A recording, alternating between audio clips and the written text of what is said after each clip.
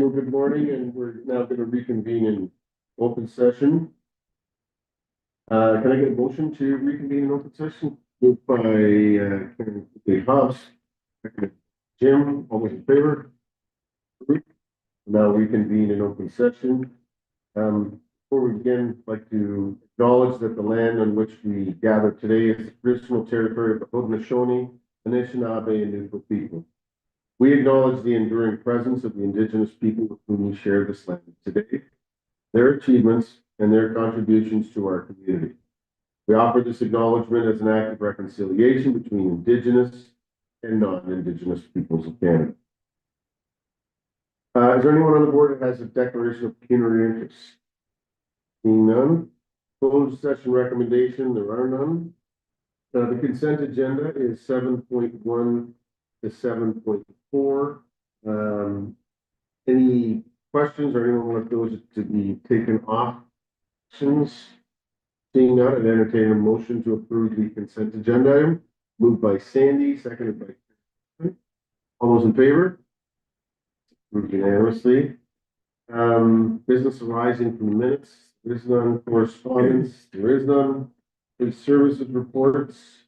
And today, we're on to Chief of Police reports. I think I see the chief up there. Yes, he is. We're starting with 11.1 uniform recruitment strategy. I don't know if you're starting, Chief, and then going to Molly, or how do you want to start? Thanks, Chair McLean and members of the board. Very pleased to join you today for today's series of reports. The first one will be our Director of Human Resources, Molly Kimball, is going to join us. And she's supported by Deputy Fenton and the entire Human Resources team. And very proud of the collective efforts that have been made over the past couple of years to meet some of the major recruitment challenges. This board has certainly supported us in seeking to grow with the pace of our community, and very pleased that the collective team has risen to the occasion and has found necessary talent, not only in the civilian professional realm, but also for our uniform recruiting. So I'll turn over to Molly to walk us through an update for 2024. Thank you. Thanks, Chief. I'm going to attempt to share my screen now. Can everyone see that okay? Yes, excellent. Well, good morning, Chair McLean and members of the board. I am pleased to provide you with a year-end update on our sworn recruitment and subsequent hiring. As you may recall, we have had a fulsome recruitment strategy in place, including a steering committee with three key pillars: selection process review, in which we've made numerous tweaks over the past year, outreach strategies, which I'll speak to shortly, and our corporate communications and marketing strategy. And hopefully you've seen signage and advertising throughout the region and beyond. We do have our dedicated outreach team in place. If you follow us on social media, I'm sure you've seen Pete and Rachel out and about with potential applicants. We have our experienced officer postings on a continual basis, and we hired 6 experienced officers throughout the course of 2024. We also have our pilot cadet program. We have 10 cadets with the service right now, and I'm pleased to advise the first one has applied for a constable position, with another handful following suit before the spring. And we have our civilian to sworn incentive, which allows civilians to move to a sworn position without a negative impact on compensation. So here are just a few pictures of our outreach team in action. Very popular are our pop-up coffee chats throughout the community with prospective applicants. We also have many post-secondary school visits with local colleges and universities, as well as outside the region. And probably our most effective outreach strategy is the in-house mentoring programs that we have, including our women's shuttle run, which has evolved to a more fulsome female-focused mentoring program, our auxiliary officer to sworn mentoring program, and our shuttle run blitz days. So these are the metrics for Q4, or for the last class that we hired last month. You can see we've connected with almost 1,000 potential applicants, over 100 one-on-one meetings with those applicants, numerous events attended, numerous member referrals followed up on, and 11 different college and university school connections. So you can see here, we are starting to see the return on investment from some of our outreach initiatives. In this last class hired last month, 1/3 were hired from one of our specialized mentoring programs. We had 2 from the Auxiliary to Sworn program, 2 females from the mentorship program, 3 that attended a shuttle run blitz day, and one that we may not have mentioned yet is our Bring Back program, where if we have an applicant that interviews and is close but not quite successful, we mentor them and bring them back quicker than usual to re-enter the process where they left off within a 3-month time frame. So here is a picture of our big, beautiful Class 118. This is the 4th of 4 intakes for 2024. 23 recruits were hired and 1 experienced officer hired for a total of 24 officers that joined our service last month. That brings us to a grand total of 69 officers hired in 2024. So we finished off the year, like the chiefs mentioned, that very successful close to the year. In this last class, almost all of the recruits hired had some sort of connection with our outreach team. It was the largest class of the year, and most importantly, we reached sworn complement. So the 37 that were approved to date have been hired, as well as any hired for replacing natural attrition through resignations and retirements. I couldn't be more proud of the recruitment and outreach teams and the service as one team, as we have all banded together to make this happen. Thanks also to the board for all of your support, and we're looking forward to bringing in more incredible talent in 2025. Thank you. Well, thank you for the report.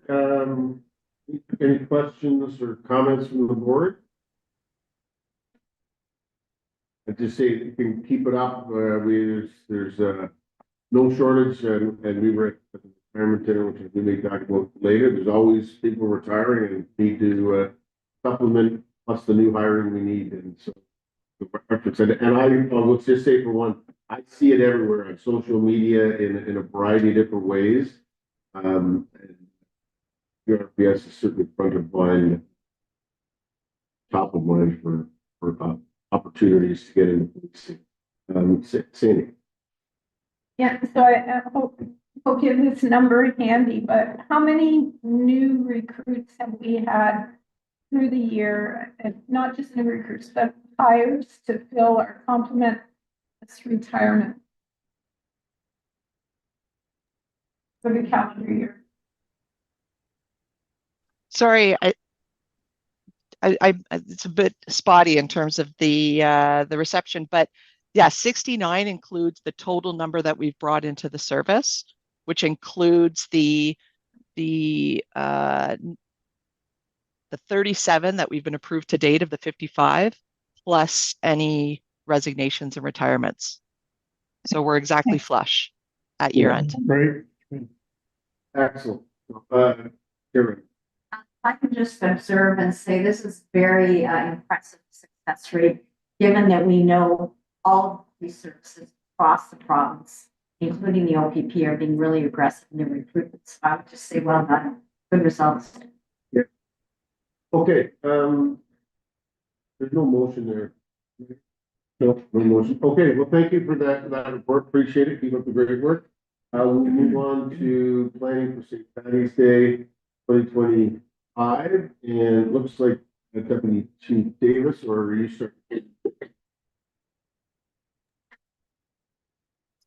Thanks. I'll just quickly pass to Deputy Davis in a moment. So we're returning back to the board's request for us to show the work and our collaboration efforts to give a new operational focus to St. Patrick's Day moving forward. So Deputy Davis will give us a preview in terms of where we are now and looking ahead to 2025. Thanks. Hey, thanks, Chief, and through you, Chair McLean. Yes, if you recall, it was in April of 2024 when the motion was passed by our board instructing WRPS to convene a working group. And really, it was to determine strategies that would help us to reduce any of the risk and liabilities that are associated with the unsanctioned St. Patrick's Day event, and then to report back on the progress that we've been having. So what I'd like to report is that internally, we have pulled together a working group of representatives from across various units of the organization, including operational support. Sorry, are you stopping me or? Chair McLean? Could you close your mic? Good, okay, sorry, that was not me. You didn't even recognize yourself. I did not recognize myself. I didn't listen to the other. Not to you, Doug, so, okay, I think we can. Back to you, Jen, it's just you and your voice that we want to hear. Me again, so, all good. Can you? Okay, sorry. Yeah. I can't hear very well what you're saying, so I'll keep going and hopefully people can hear it. So again, it was our working group has representatives from operational support unit, which does the planning for around St. Patrick's Day events, as well as legal, our corporate communications unit, as well as members of our executive leadership team. The working group relied heavily on the large street gatherings report that was presented to the City of Waterloo back in 2020.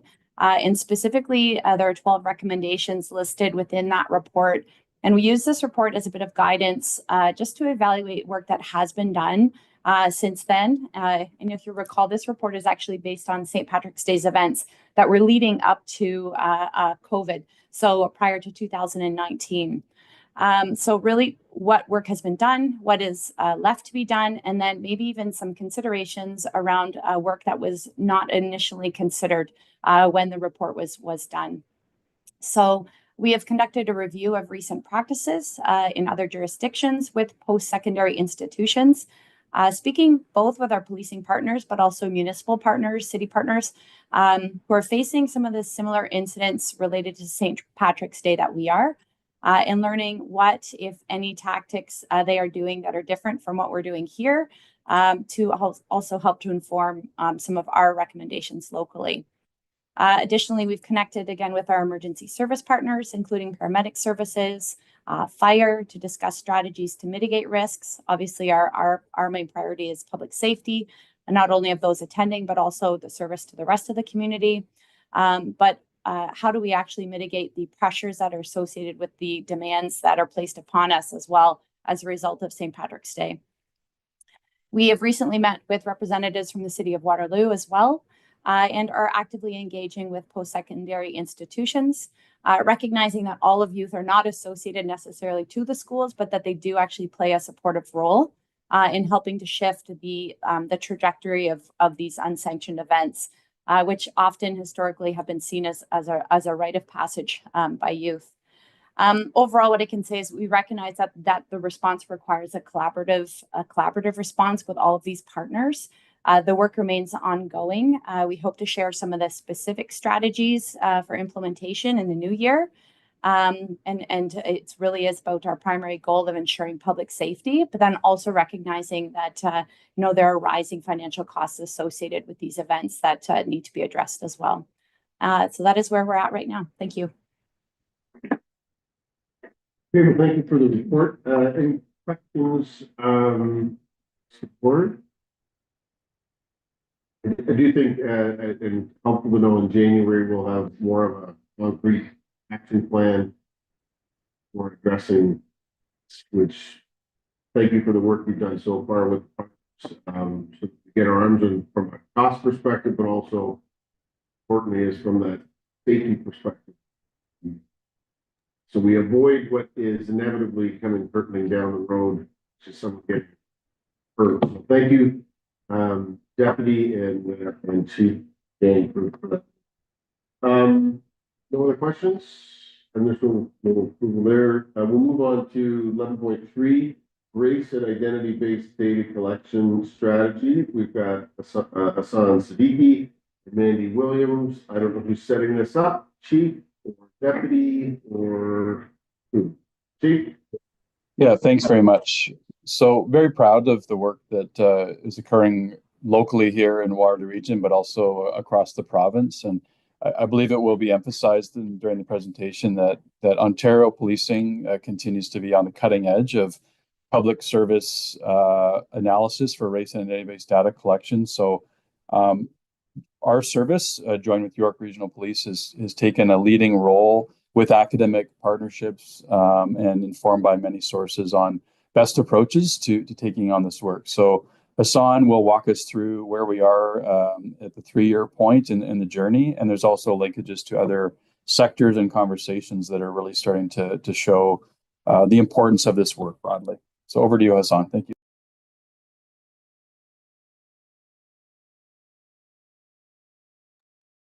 Thank you, Chief. Hopefully you can all see my screen. One thing about doing so many of these is there's no excuse at this point if I can't share my screen appropriately. Good morning, Chair McLean and members of the board. I look forward to sharing the work of the race and identity-based data collection strategy that has been completed over the past year. The ultimate goal of the race and identity-based data collection strategy is to identify and address systemic racism. Race-based data can support this by helping understand the scope of racial disparities within selected interactions, understand the contributing contextual factors within WRPS, evaluate training needs and service delivery, as well as guiding community engagement. In undertaking this work, we are very fortunate to have the support of the entire leadership team at WRPS. In the past year, we have been involved in race and identity-based data-related initiatives at the local, provincial, and national level. I will expand on each. In last year's update, we identified community engagement as the key next step to the race and identity-based data collection strategy, as recommended by the Anti-Racism Directorate. In 2024, we hosted 6 public community engagement sessions. Additionally, we have continued our role as Zone 5 leaders for race and identity-based data. We have also remained committed to member engagement. As changes are made to the race and identity-based data collection strategy, we want to make sure our members have the opportunity to engage, learn, and ask questions. We have continued to present on race and identity-based data internally via in-service training, new recruit training, and in the form of lunch and learns. Our work in community engagement has been highlighted by the Anti-Racism Director as an exemplar for other services to follow. Within the policing sector, we have supported services who have reached out seeking support for their own community engagement strategies, including York, Hamilton, Durham, and London Police. We have also supported other local organizations outside of the policing sector, including the Waterloo Catholic District School Board. Finally, we have presented on our community engagement strategy, including the psychology principles that guide it to both local and international audiences at various conferences. At the provincial level, WRPS was selected to co-lead phase 2 of the Ontario Association of Chiefs of Police's race and identity-based data strategy. This work will involve the establishment of a center of excellence to support services of all size for engaging with race and identity-based data. It will also involve the establishment of an Indigenous data strategy. As part of this work, we have worked with ministry, academic, and policing leaders to develop recommendations. Additionally, in February, members from the Ministry of the Solicitor General visited WRPS to discuss the Modernized Use of Force report, use of force incidents, as well as race and identity-based data analytics. WRPS was selected to sit on the Canadian Association of Chiefs of Police's Special Committee on the collection of police-reported Indigenous and racialized identity data through the Uniform Crime Reporting Survey, which is the longest name for anything that I've ever heard. This represents an opportunity for expanded race and identity-based data collection. Our members have sat on tables related to data analysis and dissemination, data standards, and education and awareness. In doing so, we have supported the development of guiding documents, training materials, and collection strategies. By working with groups at these 3 levels, we have committed to expanding our own network in order to help us integrate recommended practices into our own strategy as soon as they develop. In the following year, we will be releasing a What We Heard document that synthesizes feedback we received after our community engagement sessions. As part of the release of this document, we will be releasing a call for applications for our own community council, which will include community members from our region who will collaborate with WRPS to identify solutions to concerning trends in the data. This work will be supported by our academic partners, Drs. Les Jacobs and Warren Foster. Additionally, we will review how expanded race and identity-based data collection can add value to the service and make strides in integrating race and identity-based data in those areas. Finally, WRPS is well positioned to develop a research portfolio related to race and identity-based data in policing. Using our data, we can answer questions posed by the academic literature and develop insights that can be generalized to make recommendations across the policing sector. As always, thank you so much for listening, and if you have any questions, I'd be happy to take them. Thank you for that. Always fascinating and helpful information. Any questions? Chairman. This is very impressive, and thank you very much. In releasing the What We Heard document and the recruitment, is that going to engage the partners from the previous page, or is that an independent? Sorry, could you repeat that question? Unfortunately, the connection is a little spotty. Okay. So All right. on the slide that says next steps, you're talking about releasing the What We Heard document and recruitment of community action plans. Does that in any way relate back to the slide that had taking the lead in all those partners? Would they be involved with this as well? Is this just a WRPS exclusive initiative at this point? All right. So this will be a specific WRPS initiative. We would be recruiting members from within our region, engage community members who have an interest in leading and developing this work further. It would be specific to WRPS. Okay, further questions? Thank you, John. Appreciate that.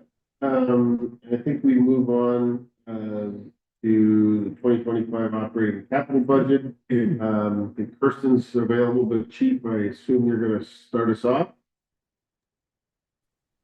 Yeah, thank you very much. So we'll be welcoming our Director of Finance and Assets, Kirsten Hand, to provide a short presentation, and look forward to questions and dialogues to follow. Thank you. Good morning.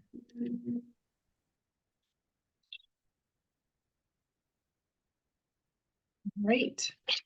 So, as you're aware, we started the budget process in the spring timeframe, and we've undergone multiple reviews, both internally and with the board. This culminated in an October board presentation in terms of the operating and capital budget estimates. And furthermore, the board approved an operating budget estimate in November. Those reviews resulted in $6.3 million of reductions to our 2025 operating and capital budget estimates. We then presented this information to the Region of Waterloo Strategic and Planning Committee on November 20th.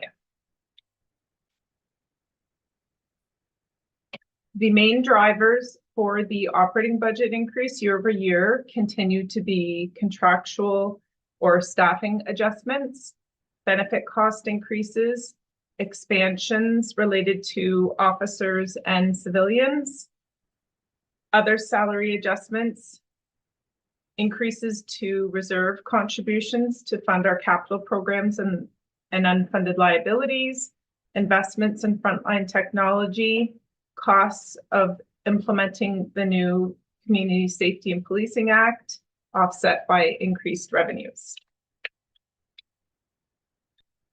This resulted in an operating budget estimate of $252 million, which is an increase over the prior year of $24 million, or 10.52%, or a tax impact of 8.56% on the police portion of the property tax bill. These numbers have not changed since our November presentation, and also agreed with our presentation to the Region of Waterloo Strategic Planning and Committee. We continue to advocate with the government in terms of the additional costs included within the budget for the new Community Safety and Policing Act. As you'll recall, there's a combined impact of $2.5 million over 2025 and 2026 operating and capital budgets. And this operating budget includes a multi-year planning, modernization, and recruitment strategy, which was endorsed by the board to ensure that we have sustainable and moderate staffing expansions so that the WRPS can meet its demands. Any deferral of additional staffing increases would result in increased overtime requirements, negative impact on member wellness due to high workloads, and lack of ability to achieve the goals and objectives of the strategic business plan.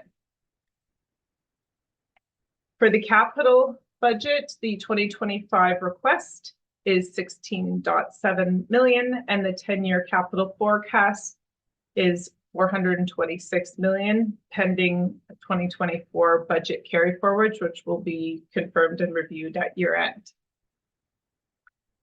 The next facility that will be constructed within our facilities master plan is the Public Safety Communication Center, and that will include about a 600K of capital budget request in 2025. And that is just a quick summary of the budget request for 2025. Thank you. I think we're gonna take a 5-minute break. We can hear it on here, but I think we're having some trouble, or whoever's listening in is having trouble listening to us. So I think we're gonna take, we'll just pause. I don't know how we do that. We can just pause for 5 minutes and then we'll reconvene so our audience, whoever's listening, has a better chance of hearing us. So I didn't realize it was. So we're gonna adjourn. Is everyone okay? We'll just adjourn for 5 minutes and then reconvene. The spending.